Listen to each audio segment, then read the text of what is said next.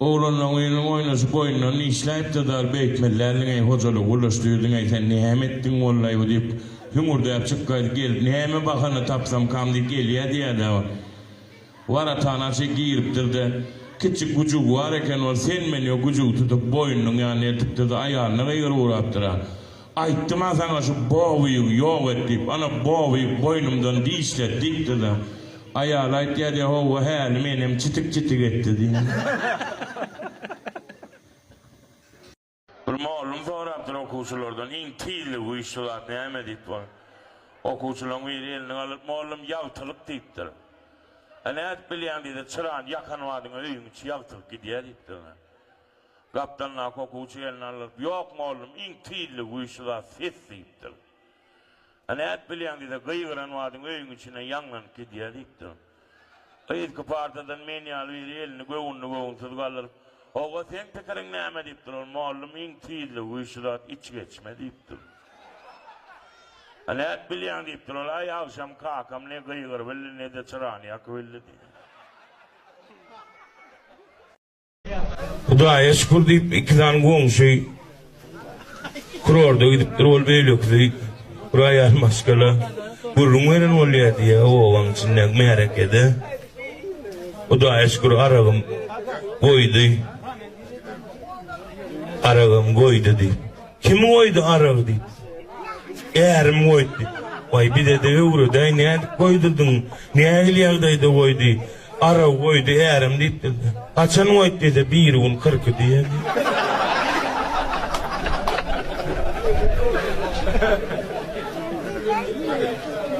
Beni alayım molladan sonra. Manıf doğaska geçtiptir malum ulolsan kim olacak dedi ay malum telekeçi olacak zavod kuracak fabrik kuracak 10 tane cay edinecek 20 tane maşin edinecek ayağının oyunu kadar luarını açacak ayda bir hepte kurorda ütecek ay garaz malum milyarder olup yaşayacak deyiptir mala deysa manıf netine o geç otur 5'lik deyip mereye duva sen geç doğaska deyip sen ulolsan kim olacak dedi amanıfın ayalı olacak deyip bir malum sorapdyr okuvchilardan eng tiyli bu işçiler näme deyip. Okuvchilaryň ýeri elini alyp malum ýagtylyk diýipdir. Näet bilýän diýdi, ay çyran yakan wadyň öýüň içi ýagtylyk gidýär diýipdir. Gapdylna okuvchi ýok malum eng tiyli bu işçiler ses diýipdir. Näet bilýän diýdi, gıýgyran wadyň öýüň içine ýanlanyp gidýär diýipdir. Ay izki partadan men ýaly bir göwünni elini alyp owa sen pikiriň näme diýipdir. Malum eng tiyli bu işler iç geçme deyipdir. Ne edip bilýän deyipdir, ay akşam kakam ne gıýgyr billi ne de çyran yak billi deyip.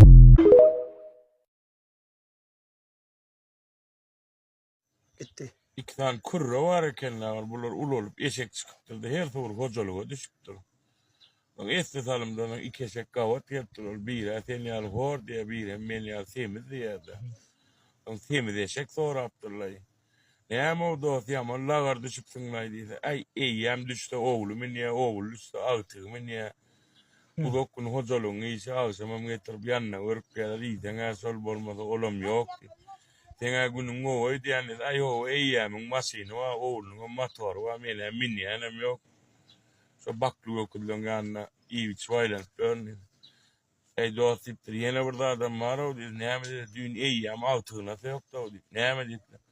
Hak enen eşek minzinip bir yıl hozolukta o zatlara maňa alaýjak ýaly bolup durdy. Bunda näme bir şey diýen diýipdir. Ay düş görýän diýipdir. Iki güne boş bir güne möýde diýen bolýar. Näme düş görýän diýse ay akşam düşümde bir agat minip beýlek o şäherden bu şähere agat çapdymy diýipdir. Ay onuň hiç wagty men ol düş gördüm diýipdir. Bol saçak iyi biçip nämeýsen işten we hemme bu ýöne ýekejerdiň iyi biçip bolanokda awdypdyr ýan gapdynlar. Ey dost maň ay daýmal ekeniň de hawar daýmal ekenle bak dost size de bardım laýwer gelnejem şu agatyn min gidişdi. Bizim oğlanımızda merak edilecek oldu çakılık. Çivirliğe de bir planlar içenli, transformatör içenli, mektep içenli, ya inşanlar içenli ayıp geldi.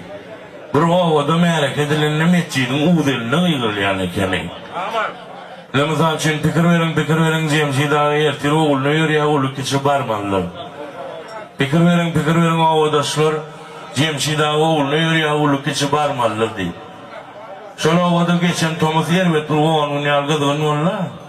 Şonu usta çağırdı biri bunun yalgıdığın oğladan maşini giyeceğim ortur da.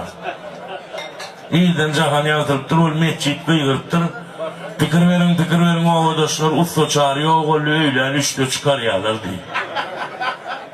Pikir verin ovadaşlar usta çağırıyor oğlu öyle üçte çıkar yağlar deyip. Usta çağırım garajından çıkıp pikirleniyor ovada öğründen başka usta çağırı hakkı yok diye. Bu ne ayrı olaydı? Baktırdı şu mescitte gepleyen yani ineyim ben şu usta çağır değil yani ölüm mu? Değilim ben bana onun da yanlışlık oldu deyip ayıp deyiptir. Ne etmeliyim dedi o mescitte gepleyen aydı. Ağam hiç tadet olmayan sen üçe tayyar olayım. Okudan çıktı gün öye gelgen 10 kolonu boşayan gün öye var deyse. Ey malıysa bir yar oluptur, bir ol veriptir, ol geliptir diye de suvaşam gara kasumalık sapsalgum diye de.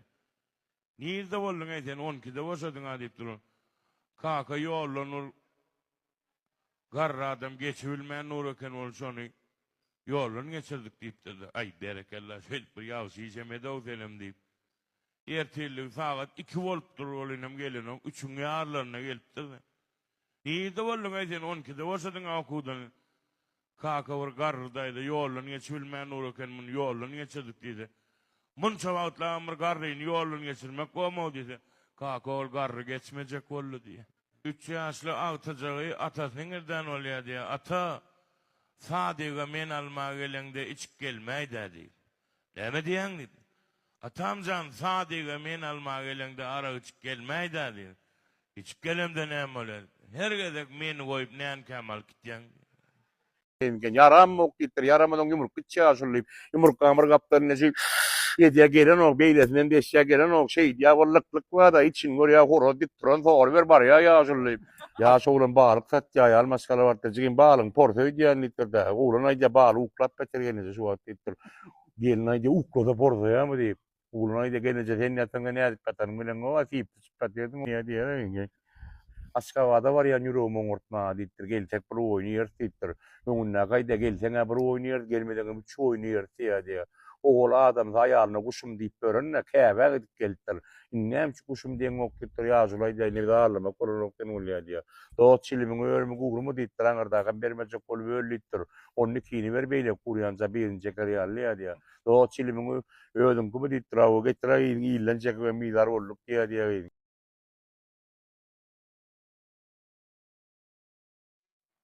Andıçya ağasın. İkisi ağam Allah hazır salaysın, ikisine malsın bilalsın deyip. Kemal dedim ağam Mehmet andıçıp durlay çağasından geçip durlay dedim. Ay heleynin izinde gelen neydi? İyiden izarasına var bir iştesine kulun var ya diye avşam ustadan işten çıkıp öye vardım. Öyde tapacağın üstüne daşardı öydeki öyle dayav kadar ortaya tiro deyip. Ondan sen ne ettin diye. Ay ben ne orta bilen miydi?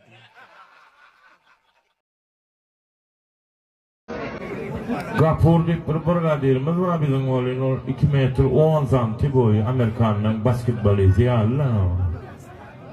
Komşusu tezeylentirdi bir kısımdan sonra Ak Michael'ca tapacağımızın diyor hey komşu kutlu olsun ha onun çemedanı yela deyip durur. Gel Gapur ağam meseleden deyip durur. Agapurum tapacağımız ne var bir yaptan ya ol teyze gelin patnosun üstüne suyucu koyup çay alıp gelip durun teyze gelin mennenin meterbet nişanlı ya da görüp sıfat görmek hiç yok diye de gaterbet sıfat nişanlı ya da Gapuray diye de ne aynıyım bunu elden alınmayın.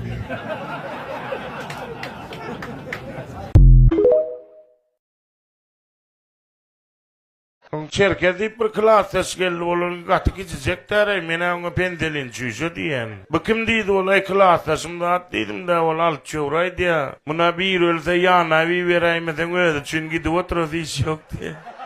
devlet deyip bir ağzak tağut götürsün, gatnaşıptır da, merhum yok olan, no. O ağzak olsa, şunyalla, sağı petrek de. Tağutun önüne geçiptir, ol tağut gıyşırayıptır da şöyle. Lan iyidinlen var yandan biri, gön götürün ey, gönse götürün deyiptir da. Yani devlet ağzak ayt ya diye, öynelçek ol yani o bağım diye. Amerika var yani ol İngilizce bile mi okuyuptur o yeri? Türkmencan hayırca gepledin İngilizce ol ya deyiptir. Evlam Amerika var hep düşerdi elinden adres al taksin yanına var. Meni, şu, adresi, ekseni, min maşina, nireden Türkmenistan'dan, sen nireden benim Türkmenistan'dan. Onun hepsini kimin İngilizce yapmışlar. Kemal'le bir buluştu olsa o aylanıp gavunlar fırsat ya Thomas. On gelip yanımda oturup çay içer diye şu geçmedi gavunlar fırsatın bana sokku diye. On bir barsana yıkamra bir gavun yetişti karpızı yetişti o kayadı ba. Alıp kaysana menne maşin yok maşine kırayı vermeli pulum menne yok. Barsa söyleyip yürü bulunca zahmet tarafa geçildi de. Kemal bulmuş bir zatlar samriyarlıyor deyip can ettim onu. Ooo geldin mi dost gelsen aymen yıkatavudun yanında deyip. Hakikaten vardık kol bir kıyıklar gavun karpız kağıdı da diye kiliptir. Adam 3-4 san kağıdı yükledik maşine bir san karpız yükledik. Anarkı joya doğru 2 san sarı gavun görünüp durdu. Sonra malalayıp yürüdük kol yankı bulacağım. Garada dura maşinin yanına bana gıygır ya. Ay hamra teyzrak balay eyyesi bir gelaymesin. Samalyot uçup variyaka gepleptir. İki divitile matkaz etti. Paraşut paylarlar bökörsünüz garavun çölünün üstünden uçup variyas. Galan nerede aşakta avtavud garaşıp dur. Galan gitmeliğinizde avtavud lek diyerler değil.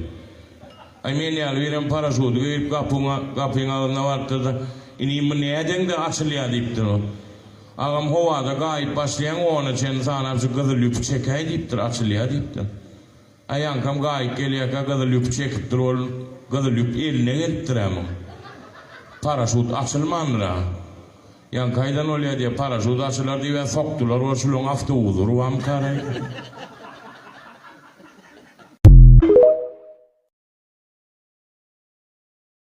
Gaynın oyuna vardır oğlanın yeri var gaynın 5 saat namazı rozalı dinler adam ekenler var. Son kuma oğlanın bileyen de yönünü birinci, ikinci, üçüncü senini sorşayını geçenini koyup tesine madem olsa geçir ya olmadı adam yok o da başan var mı öyle yönüyü de tişir otuyorlar da. Gaynın yönüne körükün yönüne varıp geçip selip durur kovda kuskulur var diye de.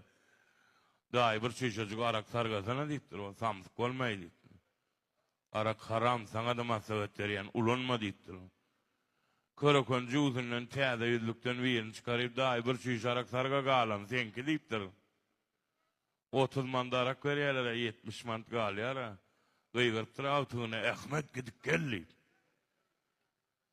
Eğer yarta eltiktir çüşen ol dahi bir tanecik çilim versene deyiptir. Samsık olmayı körükün çilim haram sana da masavet veriyen ulanma deyiptir. Körükün cüzünden teyze yüzlükten üyeni çıkarıp dahi bir tanecik çilim sarga galam senki deyiptir. 3 mandan çilim düşer bu kadar 85 galyara. Ahmet gidip gel oluptur. En sonki programımda aycan canın sağ olsun deyip yelmeyiptir ol yankar can geliptir ha. Ayarlar da can ediyen. Nerede dit sorunlayan olma. İnha sizde hov ne ettin aymanın. Doğuştun mu kakamın? Hova ne kakan ulan bir oturun ne ettin aymanın. Berdin pensiyasını. Yuvaş yuvaştan beri oturun. Kadi. Bu doska ayak deyip yazıktı diye. Onun ayal moğlu madem en yalak ikilikçiden zor ya diye oku deyip bolun. İkilikçi okuçam dine so A harpi tanıya diye de A deyip so idinnak Y harpi tanan ok diye de. Moğlu madem öğret ya diye bunu A Y A K Ne oluyor şu diyse bilen ok diye de yank. Aa deyip ayak deyip yazılan niye lay olmalı? Ay o varmağı da mektebin daşyadından sığır geç giriptir da. Ayal muallima soraptır şo neme deyiptir da. Sığır deyiptir. Ana şonuna 4'ü suva deyiptir. Menne de 2 suva deyiptir. Dostga da şu zat yazılan neme deyip yazılan ise emcek diye. Biri yerden önünden çıkıp da maşini tepirip dururken onu ayalam çıkıp da nirek var yan deyiptir da. Ay bir onu deyin şunu deyiptir bu. Krey kimine de pul var çilim pul var. Ayala deyiptir şunu sadigam yok deyiptir. Oğluna malkit deyiptir. 4 yaş oğlunam yükleptir. Atalı oğul gidiptirler. Uzak gün aylanıp gün yazıp şunu yalı vakti karanlık vakti geliptirler.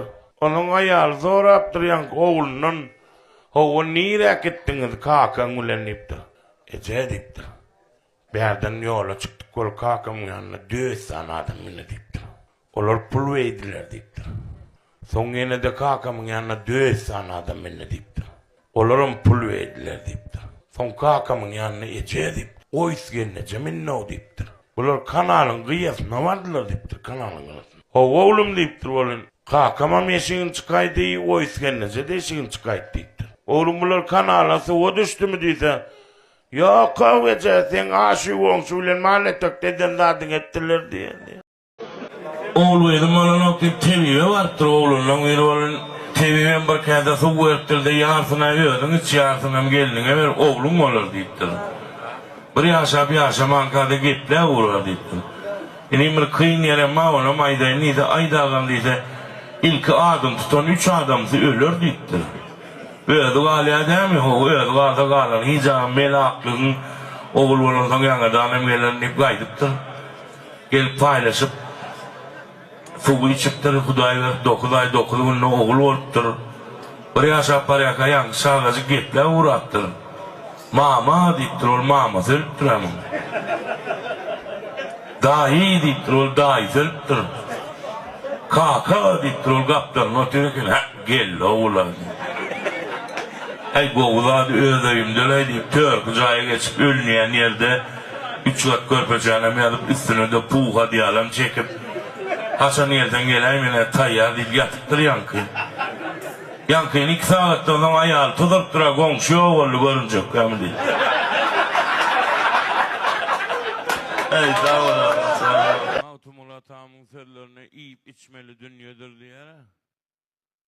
Son bir eşittir de veremeyen kadın 3 yıllar dastav kiyiptir abi. Ay çıkıptır ol komşuları uluna ve ez govcu ayda salk gittir diye de ol. Yankaydan öyle diye mağtumulum soktu o diye.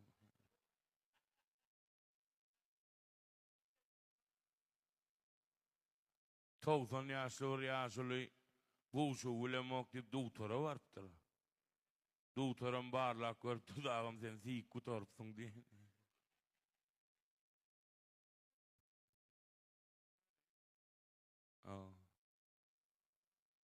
Ay yerden maşinini tepirip dururken oğlundan uyur ol ayal çıkıp nirek deyiptir.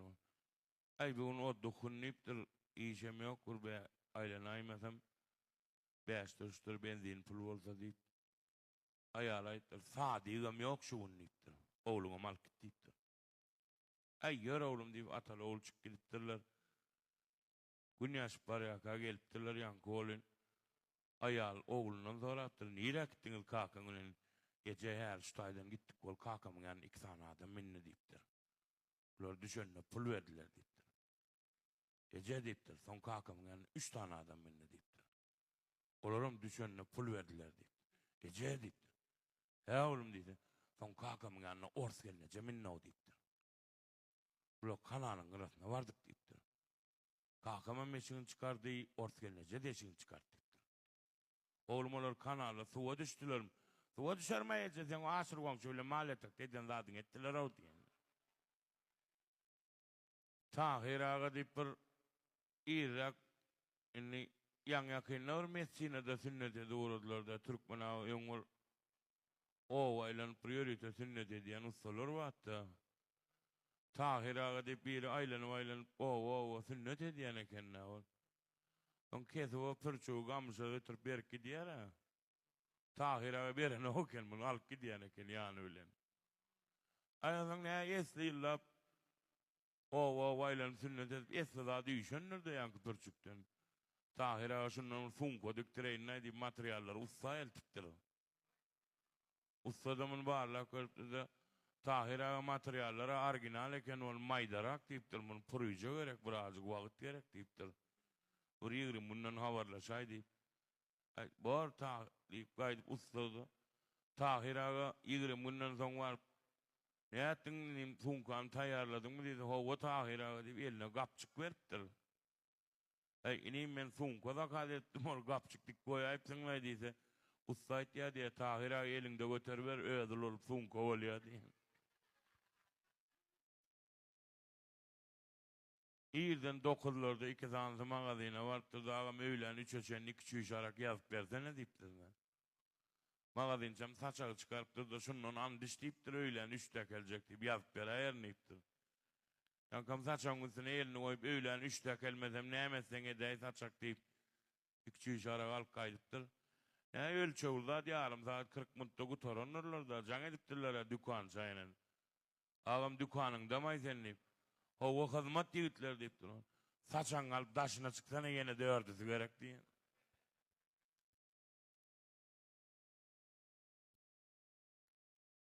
İki tane kırra var ekeni. Ular ul olup eşek çıkıptır da her sefer hocalığa düşüptür da. Ona bir esna salımda son gavat geltir keşek birine ol bir hemen yal semiz diye birim hor diye da. Semiz eşek hor eşek. Ne mollog dost yaman lagar düşüpsün ay eğilik mi o deyip. Ay eyyem düştü oğlumun ya oğul düştü ağtığımın ya. Uzokkun hocaluğun iyi şey. Akşam emekel danyalar iyisen aşağı sarkınına yannak. İçyen soğumum kuyuyun soğuy. Bana günüm son yanıp sana koğuy diyen yağdayın yalpıllap dursun ay deyip. Ay hovalay eyyemin maşini var oğlunun mıtırı var menemin yenem yok hocalıkta deyip. Şu baklık okulun yanı ne mi içtiler iyi içip görünüp. Ey dost yine burada adam var o deyip. Ha ne mi deyip. Düğünün onu eyyem altığına yoktu deyip. Ne mi deyip. Hak yenen eşek minsin deyip. Bir yıl hocalıkta o zatları bana alacak yer oldu deyip. Bu çocuk aragalı boks var ne deyip televizörün önüne çöpüttür oğlanla uyarayıp. O boksörler ringine gelen yerine de bir kesen dolar bir yelmektir heziledi boks var ne deyip. Ay o varmağı da cürt dedi boks başlattır. 4 sekundda knockout ile oturayıptır ayak boks. Ay bu ne etti heziledi boks görecektim mal derre oturaydı da deyiptir de. Ayağlay diye çalt otursa canına yak yanık gelir. Transformatör ne oluyor deyip sorattır bir yılın oğlu olun. Transformatörüm olmalı kalkan gel aparat oluyor deyiptir. Alanına 220 alıyor öyle 140'a geliyor diye. İyiden 2 tane sağa 9'larda mağazine vardı dağım öğlen 3 öçenli küçüğü şarak yazıp versene deyiptir de. Mağazincem saçağı çıkarttı da şundan andiş deyiptir öğlen 3'te gelecek deyip yazıp ver ayar deyiptir. Yankam saçağın üstüne elini koyup öğlen 3'te gelmesem ne yemezsen edeyi taçak deyip küçüğü şarak olup kaydıptır. Hani ölçüyorlar yarım saat 40 minutta kutoranır da. Dükkan çarşan ettiler. Ağam dükkanın damay senlik. Hava hizmet gelin yükledik. Saçanlar daşına çıksana yine dördü gerek diye. Oğlum yavdayı o kadar öğreniptir bir hi. Gözüm dükkanın hımızı medyanın var dedi. Ay kaka planın iyda var dedi. Oho oğlum oğlum sen ulen doğan niptir. Onu kaka dittir ıstarsamız var klas koymaz planın iyda. Oho oğlum oğlum dıvajdı doğan niptir. Ayna kaka öğlün tapperaymesen deyip ocağa geçip durulayan kolun geçeceğiz. Kakan neyme diye. Öğürcük diye planın iyinalp edisem doğun niye. Planın iyinalp edisem dıvajdı doğun niye. Yan kolun geçeceğiz diye. Kakan yalan sedli oğlum sen bulağı vallahi.